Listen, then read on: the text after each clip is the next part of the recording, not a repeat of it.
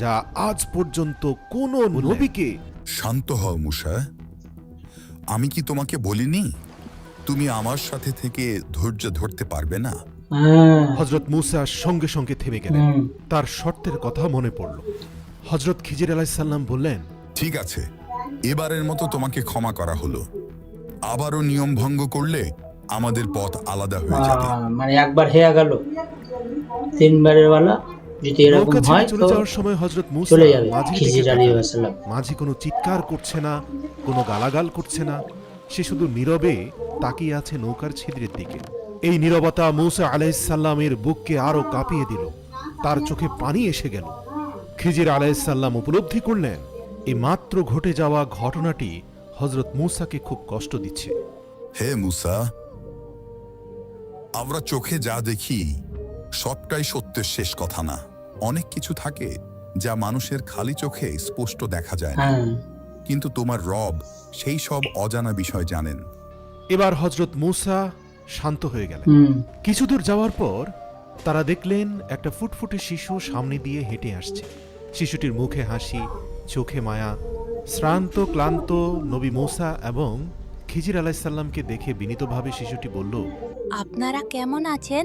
আপনারা কোথা থেকে আসছেন? মূসা আলাইহিস সালাম শিশুটির সুন্দর আচরণ দেখে অভিভূত হয়ে বললেন, আল্লাহ তোমাকে ভালো রাখুক বাবা। আল্লাহ তোমাকে আমরা ভালো রাখুক পিপাসার্ত। বাবা। তুমি কি আমাদের পানি এনে দিতে পারবে? পানি চাইলে মুসা নবী। হ্যাঁ, কেন নয়?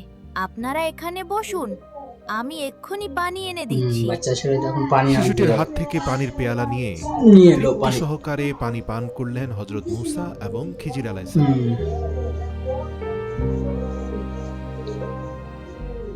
হযরত মূসা খেয়াল করলেন হযরত খিজির শিশুটির দিকে এক দৃষ্টিতে তাকিয়ে আছেন, যেন তিনি শিশুটিকে শুধু দেখছেন না, তিনি শিশুটির ভেতরের কিছু বুঝতে চেষ্টা করছেন।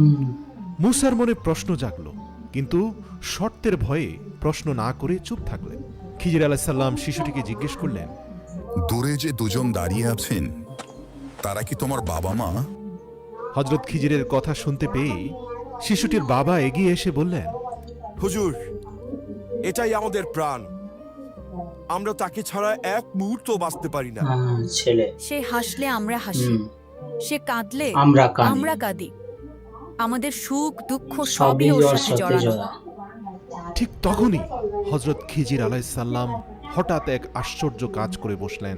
তিনি সজোরে শিশুটির গায়ে লাঠি দ্বারা একটি আঘাত করলেন। মেরে দিলে আর ছেলেটাকে। মুহূর্তের মধ্যে শিশুটি মাটিতে লুটিয়ে পড়ল এবং তার নড়াচড়া থেমে গেল।